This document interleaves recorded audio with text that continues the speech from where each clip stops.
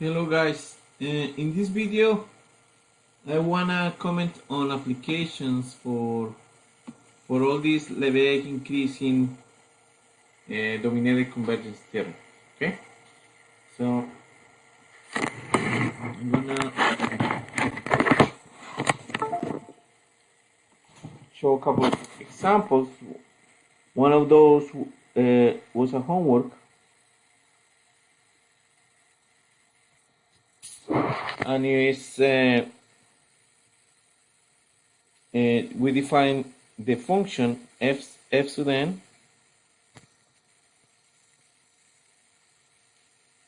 from set 0, 1 to the real numbers. Okay, and we define f sub n of x, and this is 2 to the n, and when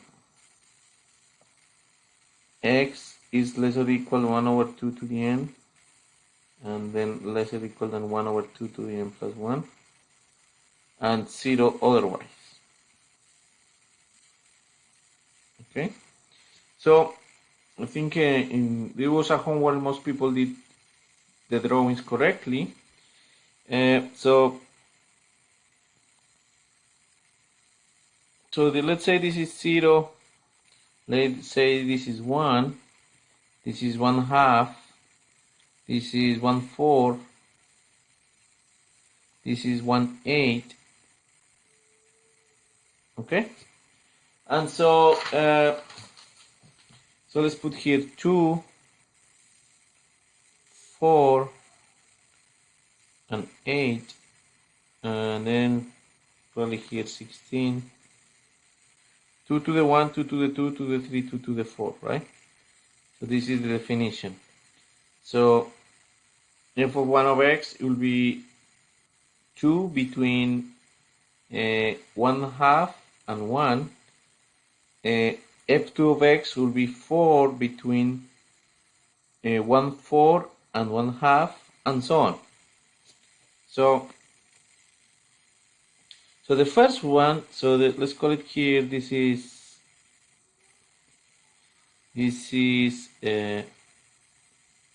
f of 1 of x, okay? And of course, this is gonna be 0 over here, right? This is gonna be 0, so it's f of 1x 0, right? But so let me just to understand better the drawing, let's leave it like that. So that's f of 1 of x, and at 0 otherwise, and then the f of 2 is gonna be 4, and it's gonna be something like that, like here. And see, yeah, there is intersections. Okay, there's these two, no intersections, but yeah, there is f of 2 of x, and then let's make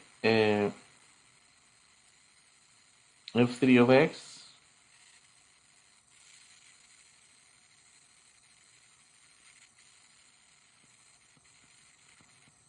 f3 of x, right?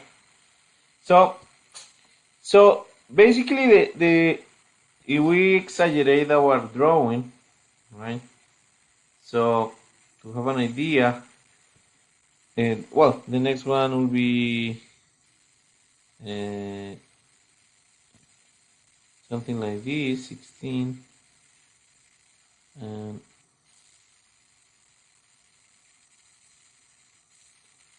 and so on. So basically, if you make zoom out, that the function is gonna look something like this, right? Anyway, right? Making a zoom out. Okay. So the first part is to prove. We need to find the limit of the integral.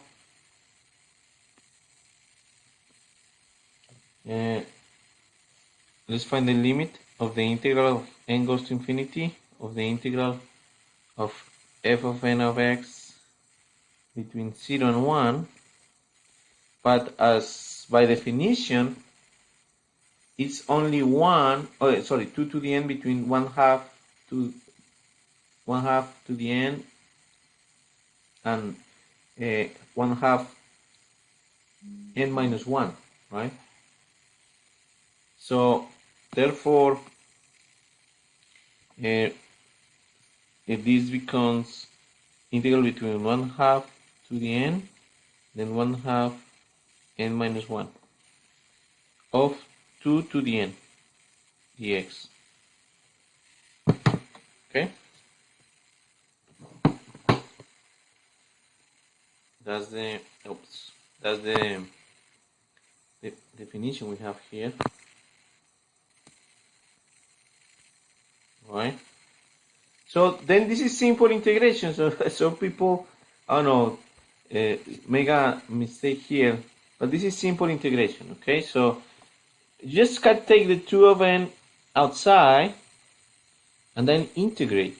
Okay, so it's good to go slow on this because you don't want to make mistakes this simple. So this is, you take the 2 to the n here. This is just 1. Then the integral of this is x between 1 to the n, 1 over 2 to the n minus 1. Then you replace that's 2 to the n, and then you got 1 to the 2 to the n minus 1, then minus 1 over 2 to the n, right? And then to add this, you multiply times 2, right? Times 2 times 2. So you get 2 to the n, and then there will be 2 minus 1 divided by 2 to the n. So this is just 1, right? This cancel, and this gives me 1. Okay, so this limit, the limit of the so each integral is f of n of x, right? So I was finding the limit here for everything here. So I was doing limit for everything. So I was doing limit here, limit n goes to infinity. I was doing limit here. I just forgot, limit n goes to infinity. And then I'm going to do limit here. N goes to infinity. And then this is limit. But now this doesn't have n. So this is just limit n goes to infinity. And this is just going, there is no n. This is a constant. The limit of 1 when n goes to infinity is 1. Okay? So no problem. So be careful with basic integration, so and so on. Okay. So the other part was to prove what is this limit. So what is the limit of fn of x? So you just take the limit. So the part B, we want to know what is the limit of f of n of x and a goes to infinity. So another graph of this, let me emphasize now on the 0. Okay? So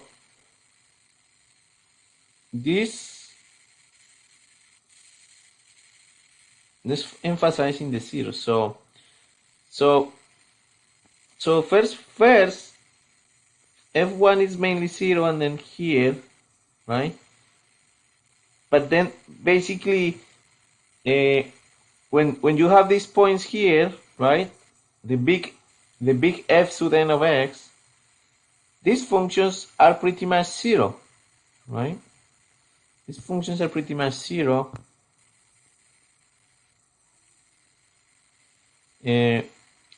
except on those little intervals.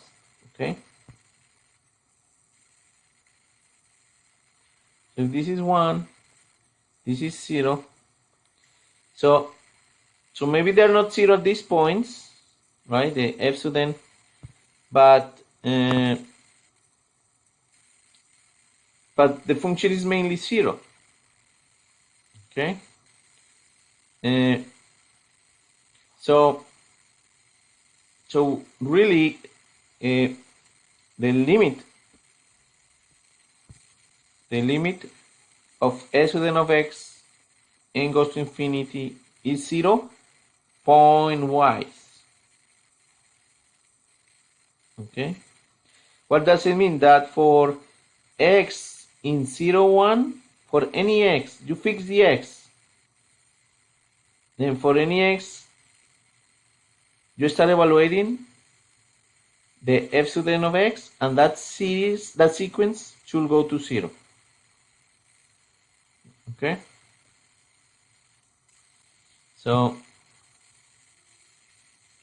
basically this, when n is big enough, the thing is mainly 0 between 0 and 1, except in some little points, right? In some little intervals. So if you want, you can see this like that. This is like this. You could see it like this. So the function is mainly 0 except at this point. The function is mainly 0 except at this point, and there's no point, little interval, and so on. Okay, but all that sequence of function is mainly 0, because when n goes to infinity, that little interval, it becomes very small. Okay, when n is big. Okay, so really, and that was a second confusion of students. So people thought, oh, this function is going to the delta function. Some people said this function is going to the delta Dirac, but no. I mean, it could be, but that's if we didn't fix it. How did we fix it? Without this one, it will be the delta Dirac, but by definition, fn of 0, what is it? For any n, for all n, says f of 1. Let's say f of 1. What is f of 1 of 1/2? F of 1 of 1/2 is, well, whatever. I mean f of 1 of 0. What is f of 1 of 0? So f of 1 of 0 is here. Is 0 in this interval? Oh, sorry, I'm doing something here. Oh. I don't know what I'm doing. Sorry, let me see what happened here. Okay, sorry. Okay, so f1 of 0 be careful. Okay, so 0 is not in this interval here.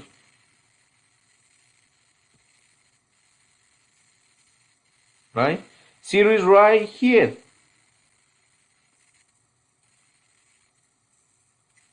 So since 0 is not at an interval, f of 1, 0 is 0. Okay? So that's what happens in mathematics. We have to be really careful. And if something is fishy, it's usually at this point, right? Either the problem is wrong or you are missing something. So same thing, 0 is not in those interval for f of 2, so it's 0. F of 3 is 0. So for all n, f of n of 0 is 0. Okay? So over here, we can say that delta Dirac is not a possibility, because limit of n of 0, f to the n of 0 is 0. Okay, I understand the confusion, but that's precisely the exercise. Okay, now, so what about, so if x is 0,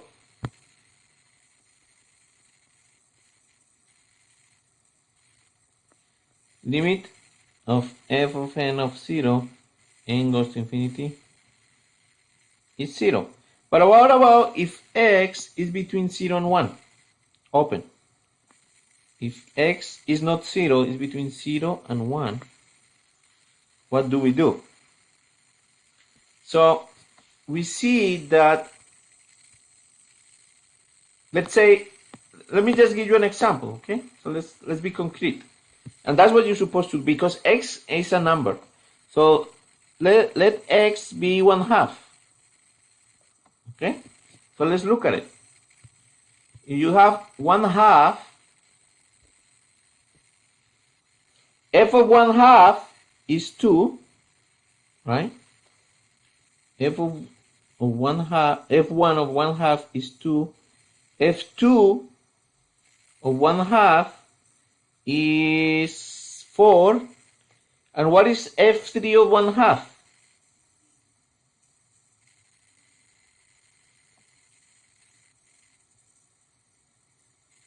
So 1/2, F3 of 1/2 is 0.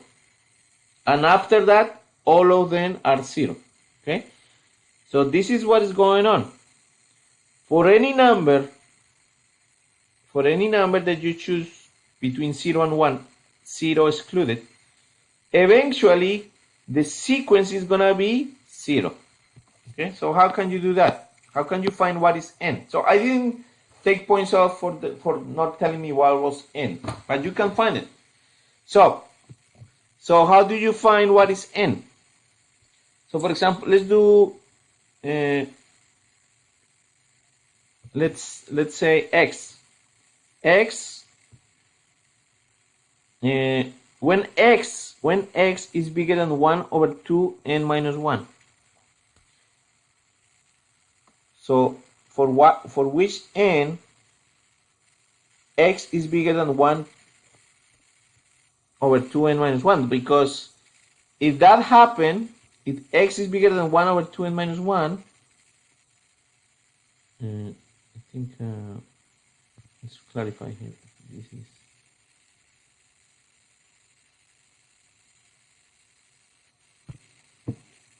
This is minus 1, no? So if x is bigger, for example, that means that after n, then that sequence is that the sequence of functions are not going to include that x. Okay, that's going to be 0. So we want this when x is bigger than 1 over 2n minus 1. And this is just a calculus. This is a pre-calculus problem. You take ln is an increasing function. So ln of x is bigger than ln of 1 over 2n minus 1. Right? But ln of 1, we use the property ln of 1 minus ln of 2 minus 1. So we got this is ln of x bigger than minus ln of 2n minus 1. And now we put it down, so we got ln of x bigger than minus n minus 1 ln of 2. And then we get, we can multiply minus both sides. So we get minus ln of x less than n minus 1 ln of 2, and then we divide both sides by n of 2 because it's positive, no problem. Change. Now you got adding 1 to both sides is 1 minus ln of x divided by ln of 2 is less than n. Okay, so in my case, let's say if I want x equals 1/2, so in this case n equals 1, right? So if n equals 1, so n has to be bigger than 1 minus ln of x, but ln of x, I'm saying x equals 1/2, no? X equals 1/2. So I take ln of x, I get ln of 0 minus ln of 2, right? So minus and minus, then there will be n has to be bigger than 2. So therefore for n bigger than 2, f of n of 1/2 is gonna be 0. So that's the same thing for n, same argument for any x, right? So for whatever x you choose the, you can say for any m bigger than 1 minus ln of x or ln of 2, fn of x is gonna be 0 for this n, okay? For n bigger than 1 minus ln of x divided by ln of 2. Okay, so at the end, all this is calculus. Okay, we have been doing the hard analysis, but analysis is basically calculus, just done properly. So this guy, the limit of f of n of x is 0, and this is kind of the argument. Okay, so you can say after, but I said you just need to justify first that fn of 0 is 0, and then for any x between 0 and 1, that f of n of x is eventually 0. Okay, so that's what I chose this problem. This is like hands on the problem. So another comment I have, yeah, I think most people, I think everybody did well this problem. Maybe some comments, but this problem, the integral of the sum of f of n equals 1 to infinity equals the sum of the integral n equals 1 to infinity f of n, let's say dx. Oh, I said d lambda, right? So d lambda, when the f1, f2, well, let's say the fn are positive, right? Fn of x bigger or equal than 0. Okay, so yeah, most people use the Lebesgue-Kirsin. Okay, like an easy consequence, this is not the idea, but then you can do this with series, more difficult series. But let's say you have the integral and you have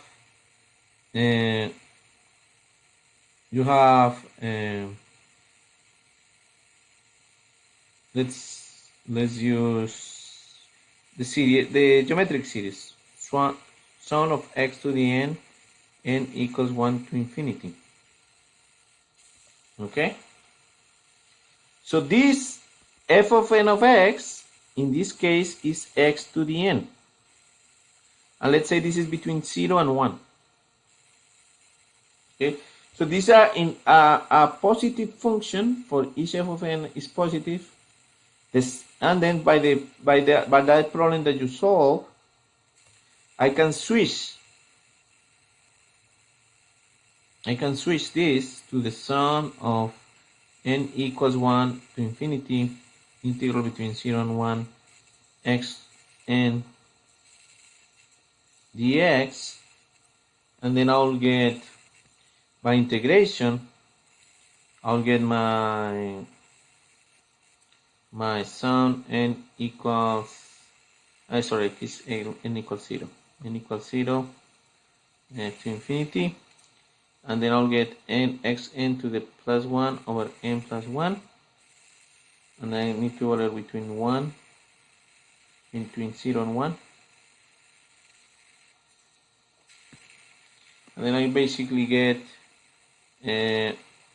this infinite sum n equals 0 to infinity 1 1 over n plus 1.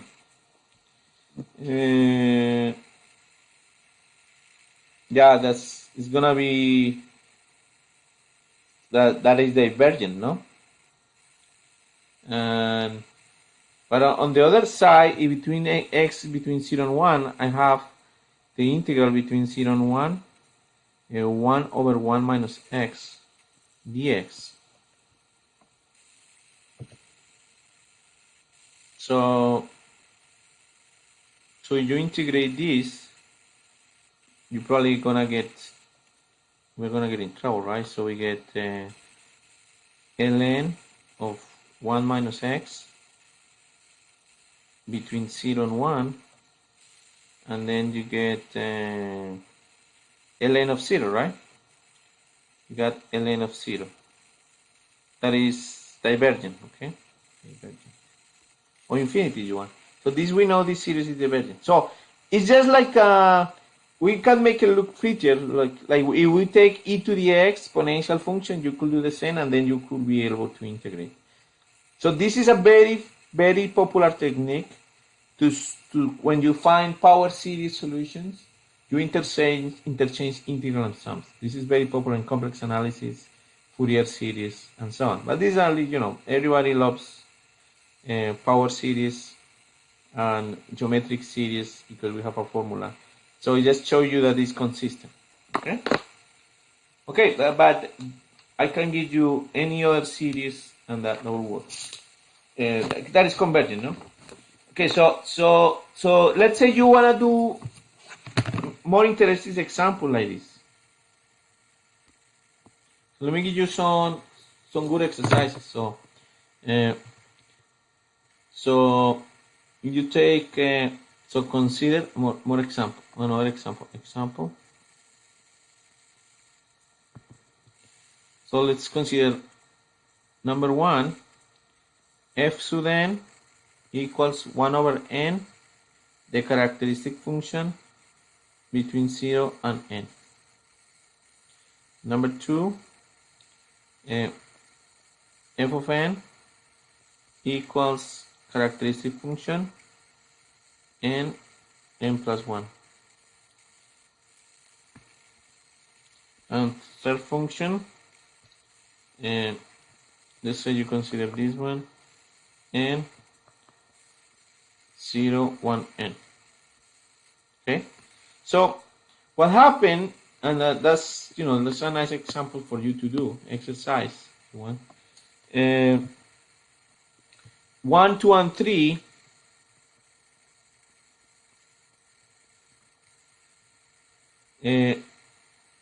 they converge to 0 point wise. That is what we just did, point wise, but also and you saw this kind of convergence in your analysis 1. F sudden converge zeros uniformly. That's a good exercise too. And also those 3 series converges to 0 almost everywhere. That means except in a set of measures 0. Okay, so 1 2 3, all of them converge that way. However, they do not converge to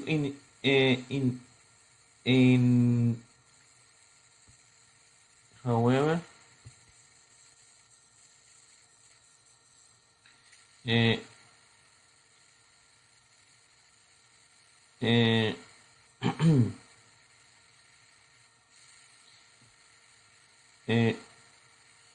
the F student doesn't converge to 0 in L1.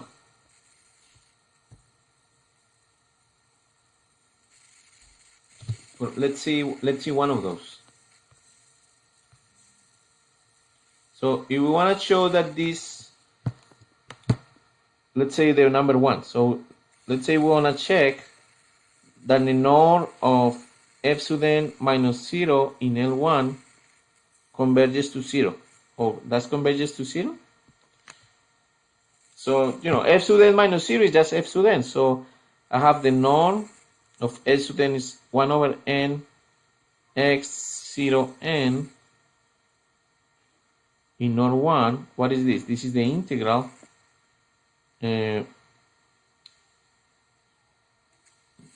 of 1 over the identity in 0, 1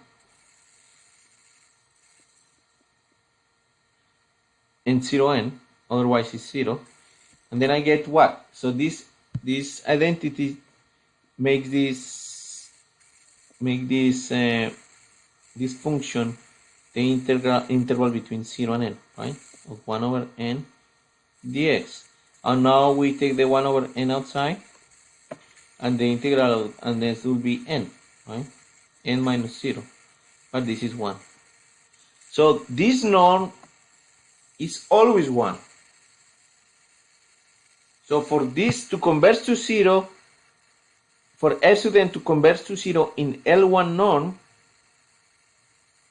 this should go to 0. But it cannot go to 0 because the norm is always 1, so it's impossible to go, right? So, and the same will be for any of these three. So they don't converge in L1 norm, but they do converge point-wise, uniformly, and almost everywhere. Almost everywhere means at any point except at points of Lebesgue measure 0. So okay, so I found that interesting and useful for you guys, so that's what I did. Okay, so I think we can stop the video now. I can learn to understand you much better if I can get familiar with the way you